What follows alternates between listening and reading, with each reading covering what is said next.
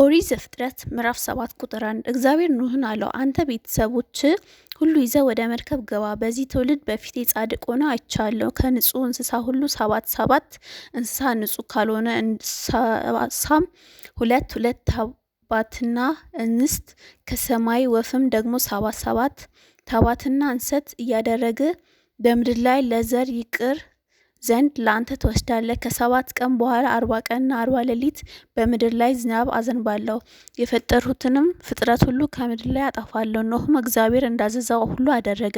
ኖኅም የጥፋት ውሃ በምድር ላይ በሆነ ጊዜ የ600 ዓመት ዕድሜ ነበር። ኖኅም ስለ ጥፋት ውሃ ለልጆቹና ሚስቱን የልጆቹንም ሚስቶች ይዞ ወደ መርከብ ገባ። ከንጹህ እንስሳ ንጹህም ካልሆነው እንስሳ ከወፎችም በምድር ላይ ከሚንቀሳቀሰውም ሁሉ እግዚአብሔር ኖኅን እንዳዘዘው ሁለት ተባትና እንስት እየሆኑ ወደ ኖኅ ወደ መርከብ ውስጥ ገቡ። ከ7 ቀንም በኋላ የጥፋት ውሃ በምድር ላይ ሆነ። ኖኅም በዕድሜ በ6ኛው መቶ ዓመት በ2ኛው ወር ከወሩም በ17ኛው ዕለት በዚያው ቀን የታላቁ ቀላይ ምንጮች ሁሉ ተነደሉ፣ የሰማይ መስኮችም ተከፈቱ። ዝናብም 40 ቀንና 40 ሌሊት በምድር ላይ ሆነ። በዚያም ቀን ኖኅ ወደ መርከብ ገባ። የኖኅ ልጆችም ሴም፣ ካም፣ ያፌት፣ የኖኅ ሚስት ሶስቱም ልጆች ሚስቶች ከእርሱ ጋር ገቡ። እነርሱም አራዊት ሁሉ በየወገኖቹ፣ እንስሳትም ሁሉ በየወገናቸው፣ በምድር ላይ የሚንቀሳቀሱ ተንቀሳቃሾች ሁሉ በየወገናቸው፣ ወፎችም ሁሉ በየወገናቸው፣ የሚበሩ ወፎችም ሁሉ፣ ስጋ ያላቸው ሕያዋን ሁሉ ሁለት የሆኑ ወደ ኖኅ መርከብ ውስጥ ገቡ። ስጋ ካለው ሁሉ የገቡትን ተባትና እንስት እግዚአብሔር እንዳዘዘው ገቡ። እግዚአብሔር በስተ ኋላ ዘጋበት። የጥፋትም ውሃ በምድር ላይ 40 ቀን ነበር። ውሃም በዛ፣ መርከቢቱን አነሳ፣ ከምድር ወደ ላይ ከፍ አለች። ውሃም አሸነፈ፣ በምድር ላይም እጅግ በዛ። መርከቢቱም በውሃ ላይ ሄደች፣ ውሃውም በምድር ላይ እጅግ በጣም አሸነፈ። ከሰማይም በታች ያሉ ታላላቆች ተራራዎች ሁሉ ተሸፈኑ። ውሃው ወደ ላይ 15 ክንድ ከፍ ያለ፣ ተራሮችም ተሸፈኑ። በምድር ላይ ስጋ ያለው የሚንቀሳቀስ ሁሉ፣ ወፍም፣ እንስሳም፣ አራዊቱም፣ በምድር ላይ የሚርመሰመሰው ተንቀሳቃሾቹም ሁሉ፣ ሰውም ሁሉ ጠፋ። በየብስ የነበረው በአፍንጫው የሕይወት ነፍስ እስትንፋስ ያለው ሁሉ ሞተ። በምድር ላይ የነበረው ሁሉ ከሰው ጀምሮ እስከ እንስሳ ድረስ፣ እስከሚርመሰመሱ ሁሉ ድረስ፣ እስከ ሰማይ ወፍ ድረስ ተደመሰሰ፣ ከምድርም ተደመሰሱ።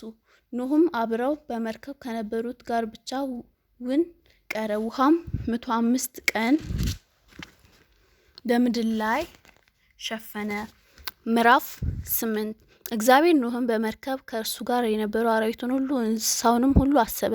እግዚአብሔር በምድር ላይ ነፍስን አሳለፈ። ውሃም ጎደለ፣ የቀላዩንም ምንጮች የሰማይ መስኮቶች ተደፈኑ፣ ዝናብም ከሰማይ ተከለለ፣ ውሃም ከምድር መርከቢቱም በ7ኛ ወር ከወሩም በ17ኛው ቀን በዕራራ ተራሮች ላይ ተቀመጠች። ውሃውም እስከ 10ኛው ወር ድረስ ይጎድል ነበር።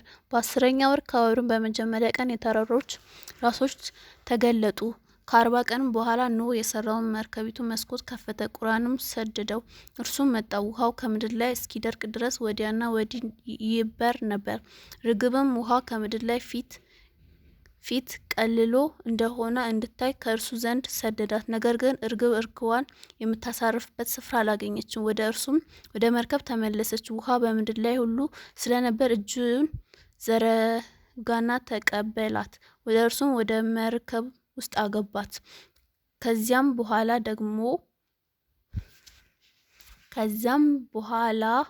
ደግሞ እስከ 7 ቀን ቆየ። እርግብንም እንደገና በመርከብ ሰደደ። እርግብም በማታ ጊዜ ወደ እርሱ ተመለሰች፣ በአፏም እነሆ የለመለመ የወይራ ቅጠል ይዛ ነበር። ኖኅም ከምድር ላይ ሁሉ እንደቀለለ አወቀ።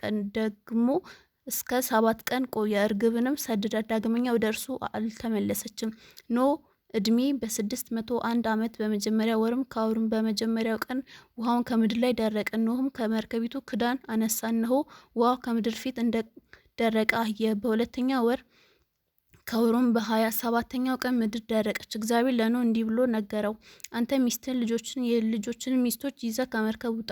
ከአንተ ጋር ያሉት አራዊት ሁሉ ከአንተ ጋር አውጣቸው፣ በምድር ላይ ይርመስመሱ፣ ይዋለዱ፣ በምድር ላይ ይብዙ።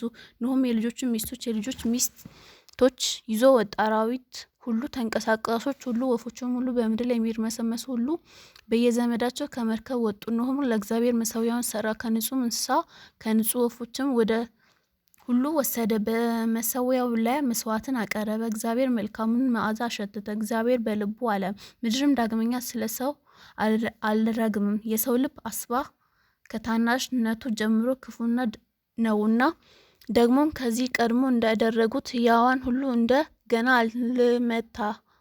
የምድር ዘመን ሁሉ መዝራት፣ ማጨድ፣ ብድር፣ ሙቀት፣ በጋና ክረምት፣ ቀንና ሌሊት አያቋርጥም አለ።